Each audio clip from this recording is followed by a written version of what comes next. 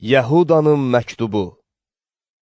İsa Məsihin qulu, Yaqubun qardaşı mən Yəhudadan, Ata Allahın sevdiyi, İsa Məsih üçün qorunmuş olan, çağrılanlara salam, mərhəmət, sülh və məhəbbət sizə bol-bol verilsin.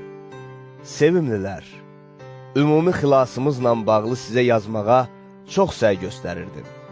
Bu arada müqəddəslərə ilk və son dəfə əmanət edilən iman uğrunda mübarizə aparmağa sizi həvəsləndirmək üçün sizə yazmağı özümə borc bildim. Çünki Allahımızın lütfünü pozğunluq üçün bəhanələrə çevirən, yeganə pərverdigarı, Rəbbimiz İsa Məsihi inkar eləyən bəzi Allahsız adamlar gizlicə aranıza girdilər. Onların mühakiməyə uğrayacaqları çoxdan yazılmışdır. Bütün bunları bildiyiniz halda sizə xatırlatmaq istəyirəm ki, ilk və son dəfə xalqı Misirdən xilas edən Rəbb, sonra iman etməyənləri məhv elədi. Öz başçılıqlarını saxlamayan, məskunlaşdığı yerləri tərk eləyən mələkləri də böyük qiyamət günü üçün əbədi zəncirlərlə bağlayaraq zülmətdə saxlamışdı. Sodom, Homorra və ətrafdakı şəhərlər də özlərini buna bənzər tərzdə cinsi əxlaqsızlığa və qeyri-təbii münasibətlərə təslim etdilər. Sonra bu şəhərlər əbədi odla yandırılma cəzasını çəkərək bir nümunə oldu. Eyni şəkildə aranıza girən bu röya görənlər də öz cismini murdar eləyir, ağalığı rədd eləyir, ehtişamlı varlıqlara şər atırlar. Hətta baş mələk Mikael də Musanın cəsədi barəsində iblisin əleyhinə çıxıb, ona şər söyləyərək hökm verməyə cəsarət etmədi. Yalnız qoy Rəbb sənə qadağan etsin, dedi. Amma bu adamlar başa düşmədikləri hər şeyə şər atırlar. Onlar dərrakəsi heyvanlar kimi qeyri-iradi surətdə nə anlayırlarsa, bunlarla məhv olurlar. Vay onların halına! Çünki onlar Qabilin yolu ilə getdilər. Qazanca görə özlərini Bilamın yalanına düçar etdilər. Qorah kimi üsyan qaldırdıqları üçün həlak oldular. Belə adamlar sizin məhəbbət süfrələrinizi ləkəliyirlər. Onlar sizlə birlikdə yeyib içərək, qorxmadan özlərini bəsləyirlər. Bunlar küləklərin tərpətdiyi susuz buludlardır.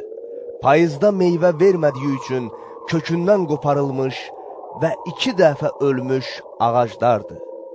Öz xəcalətini köpük kimi sovuran şiddətli dəniz dalğalarıdır. Səyyar ulduzlardır ki, onlar üçün Allah qatı qaranlığı əbədi saxlayır. Adəmlə birlikdə 7-ci nəsil sayılan Xanok da bu adamlara aid peyğəmbərlik edərək demişdi.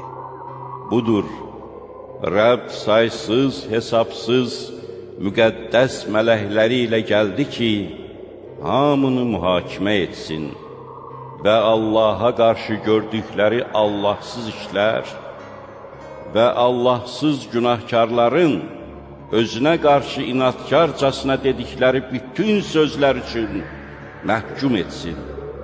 Bu adamlar deyinərək öz taleylərindən gileylənirlər. Onlar öz ehtiraslarına uyğun hərəkət edirlər. Ağızlarından lovğa sözlər çıxır və öz xeyirlərinə görə yaltaqlanırlar. Amma siz, ey sevimlilər, Rəbbimiz İsa Məsihin həvarilərinin əvvəlcədən söylədikləri sözləri xatırlayın.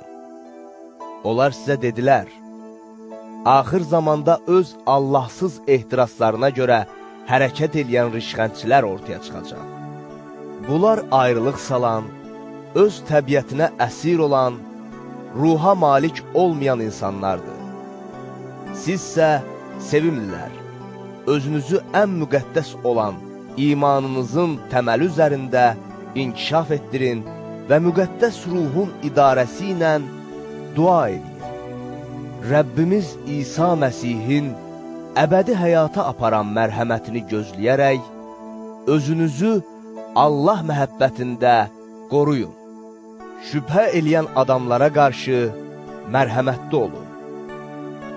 Başqalarını oddan qaparaq xilas eləyin. Digərlərinə isə mərhəmət eləyin. Amma qorxu içində cismin ləkələdiyi paltardan belə çəkinin. Sizi büdrəməkdən qoruyub, öz izzətli huzuruna böyük sevinclə nöqsansız çıxarmağa qadir olan xilaskarımız, yeganə Allaha, Rəbbimiz İsa Məsih vasitəsilə əzəldən bəri, indi və əbədi olaraq izzət, əzəmət, qüdrət və səlahiyyət olsun. Amin.